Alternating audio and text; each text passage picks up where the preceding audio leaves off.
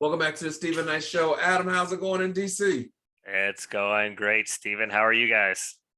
Going good. Doing well. I can't complain. It's Monday. Survive. Yeah, I hear you. I was out of town last weekend down in Orlando. I'm sure you saw a few of the little Yeah. I see you've videos. been experiencing with the reels on Instagram.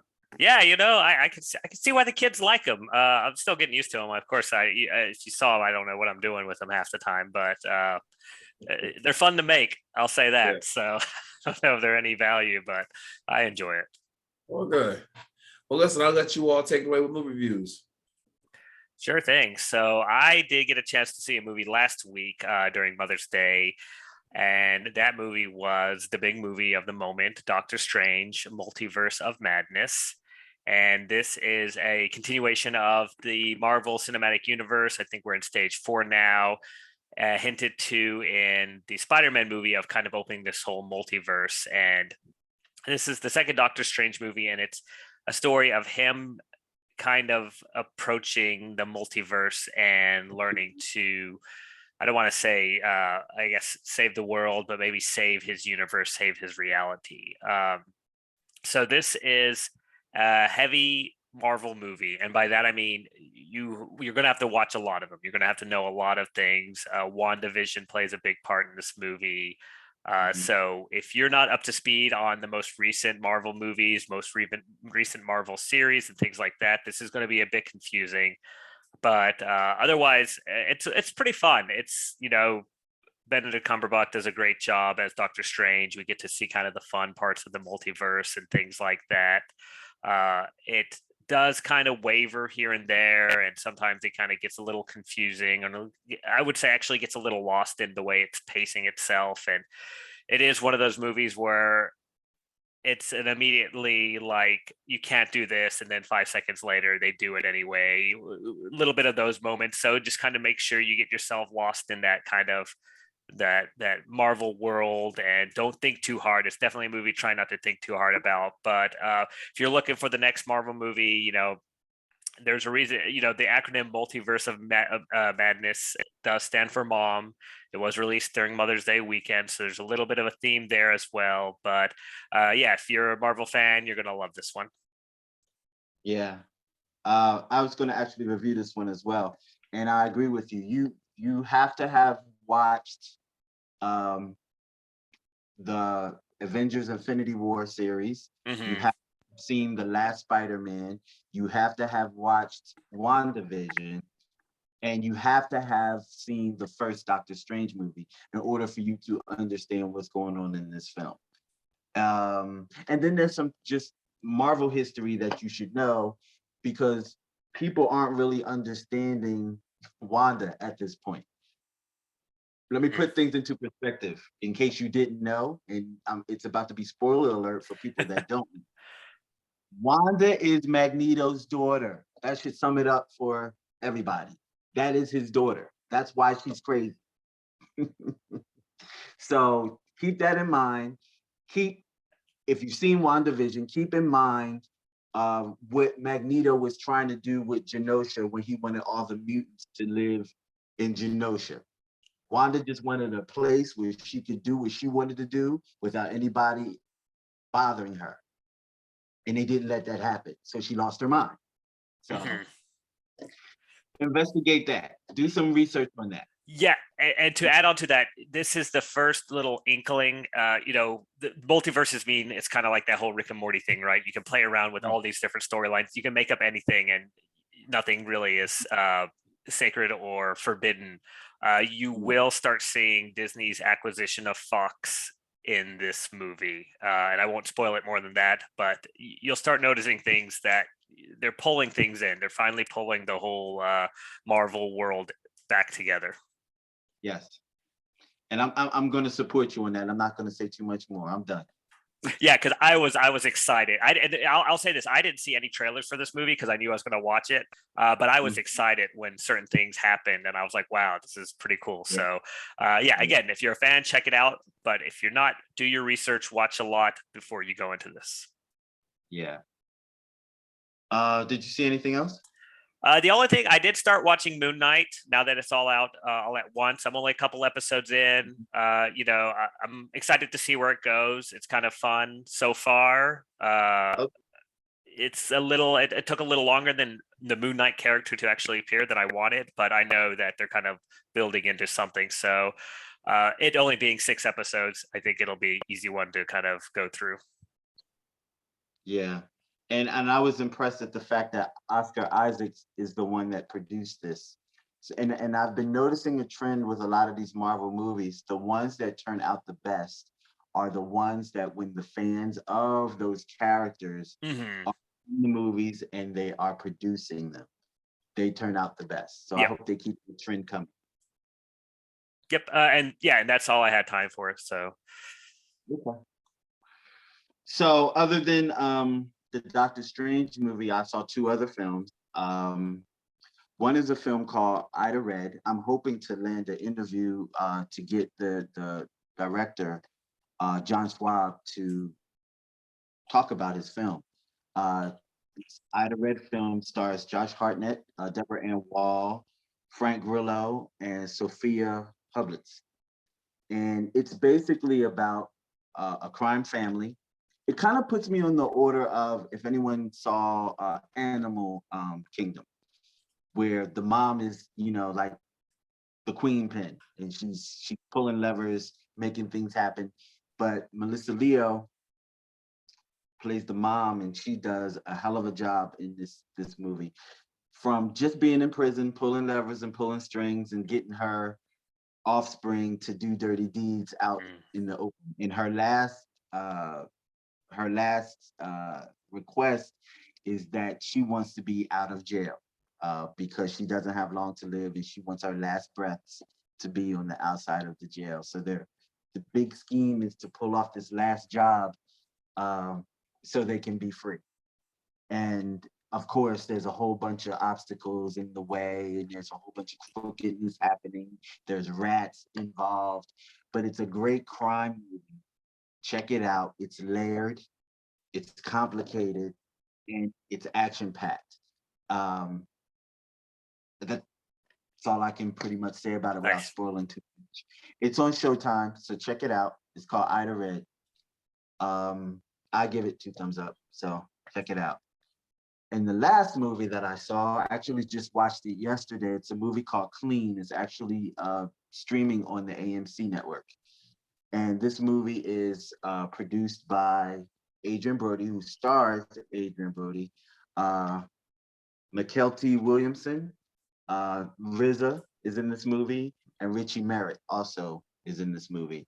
And it's basically about a tormented garbage man who's trying to piece his life back together, and he has a relationship with a young African-American girl in the neighborhood. They become close, and he just pretty much like her guardian angel, just making sure that she's getting through the day-to-day, making sure she's eating at school, getting to school. He's checking in on her because he lost a daughter at a young age, and he sees a lot of his daughter in this girl. And I think his daughter probably would be, because his daughter passed, so she would probably be around this girl's age. So he kind of adopted her like a daughter.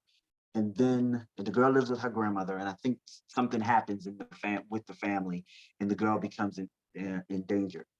And he runs to her rescue. But in him running to her rescue, all hell breaks loose. No spoilers. You have to watch this movie.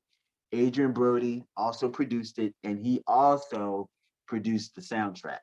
Check it out. Wow, nice. Yeah. I was highly impressed. So definitely check that out. It's on AMC. Nice. I'll do a quick rundown. There was a new series that came out last week, and they had a new episode every day, and it was just 5 episodes called Candy. It's based on a story. Yeah. That woman was crazy. And again, another show where the lead is producing the show. Jessica Biel is starting to pretty good stuff. I think she did, what was that show? The Center? She did that as well. Yeah, well, she did a great job with this role. So apparently this woman, church-going woman, she she lives in this neighborhood, just taken back in the late 70s, goes to the early 80s. And she, there's a bunch of church girlfriends, they all go to church together, whatever. And they're all married. And so Candy feels like her husband is kind of boring, routine. He doesn't want to really be that intimate and whatnot. So she decides she wants to have an affair. Because when her friends got a divorce, and she started dating this guy. So Candy is trying to decide who she wants to have an affair with. Everybody knows each other in town. So she goes to this guy and tells him, I want to have an affair. I don't want to have with you. And he's kind of like, huh? And so, but they start this affair. And she made the rule that if everyone caught feelings, they had to end it because it was just for the sex. It wasn't like they wanted to be together. And so one day she determines that she had caught feelings for this guy. And he finds out also that his wife is pregnant. And so his wife, so he decides to break it off. Candy acts like she's okay with it, but you can't really tell she is. Long story short, she always babysits their daughter, right? She goes over there. And what we find out is that the husband travels a lot for work, for business. He calls home, check on his wife. She doesn't answer. He calls several times, she doesn't answer, which is odd because she always answers the phone. So he, back then we didn't have Google, so he had to call 411 or whatever to get his neighbor's numbers. He convinced his neighbor to go over, check on his wife. His neighbor's like, I'm watching my kids. He says, it's really gonna take 2 seconds, really, go across the street. So he convinced him to go. He doesn't see anything, comes back. He says, listen, I know something's wrong with my wife, please go. He goes there, finds her body. And some other neighbors that came in, they found the body. So it's trying to determine what happened to her. The only person that saw her that day was Candy. And Candy, she didn't tell anyone. It's crazy. I can't even explain because I don't want to give too much away. I was trying to explain it at lunch on Saturday. And I was with Miss Parker. She said, don't say anything else. I'm just going to watch it. So, but it's a good one. It's a little murder mystery.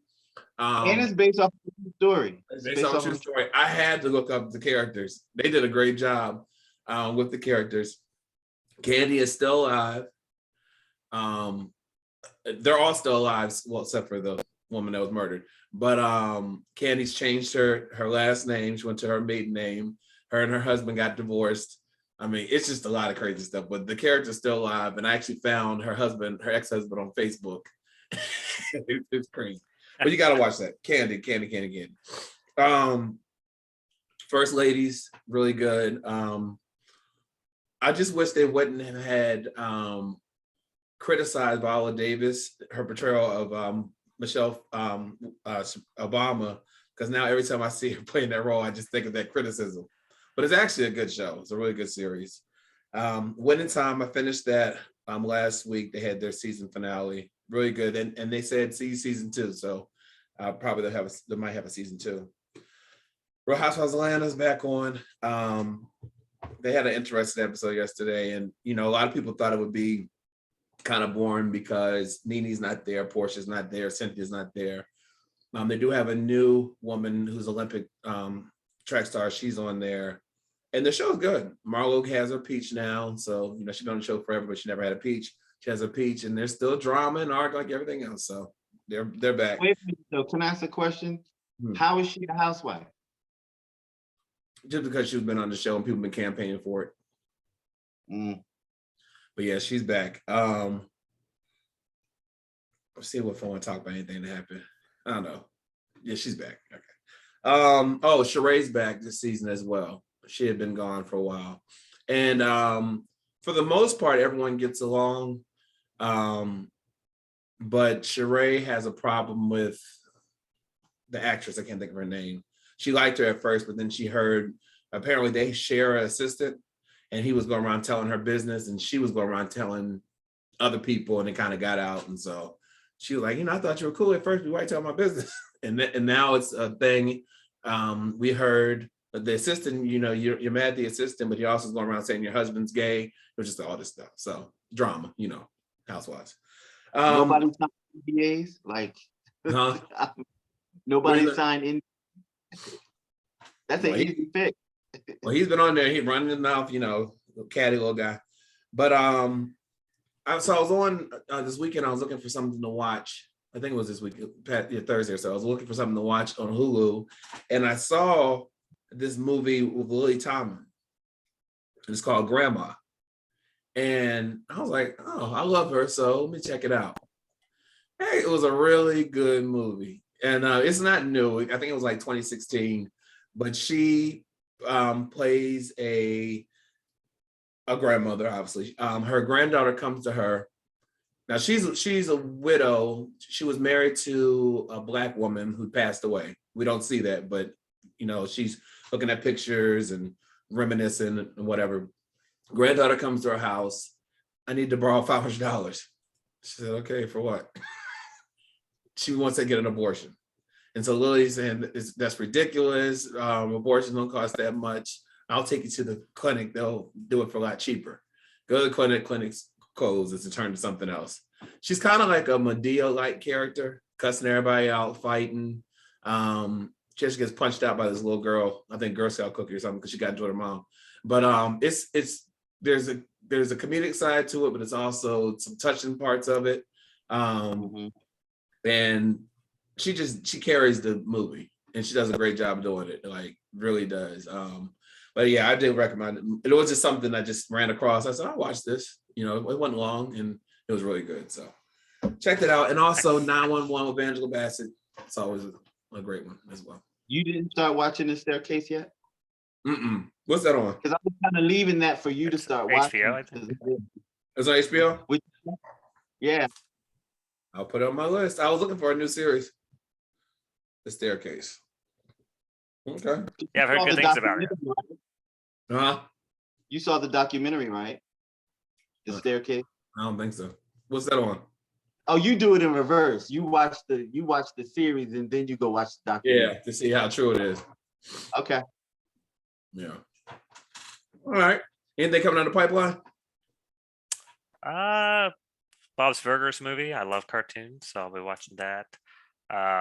One thing I probably won't watch, sorry, Chike, is, and I've never seen the original, but the new Top Gun movie's coming out the end of this month. Promoting the mess out of that. And they are promoting it. Again, I've never seen the first one. I have no intention to see this one, but yeah, it's been everywhere nonstop, right? Mm-hmm. There's one actor out there. I just mentioned that I was gonna see that because I did see the first one, and I just like Tom Cruise movies. I think that he's a good movie producer. So yeah, it's been getting decent reviews. Actually, a lot. Some people are saying it's a better plot than the first one, which wasn't much of a plot. They said in the first one, it's just people at Flight Academy, and this one actually has a storyline. So I'm sure it's fine. But yeah, when they promote it nonstop, it's a little wild. There's one of the actors who he's in the movie, and he said that he initially was going to turn down the role, and Tom Cruise asked him why, and he said because he didn't think it was good for his brand. It was like a smaller character, and he said, "How do you think I got to where I am?" He said, "It's not about the character. You make them see you in the character. You bring the character to life and make it what it is." And it changed his mindset, and he ended up, taking the role. So we'll see how he does. But that's nice. That's a little Scientology money too. Gets you where you are, Tom. Probably. But yeah. All right, guys. Well, thanks for always for letting us know what to spend our time and money on, what not. Have a great week. We'll talk next Monday. Oh, before we leave, I have to say happy birthday, Janet Jackson. Yes, happy birthday, Janet Jackson. Yes. Who presented Mary J. Blige with the Lifetime Achievement Award yesterday, the Billboard Awards. Anyway, have a good one. We're back after this. Thanks.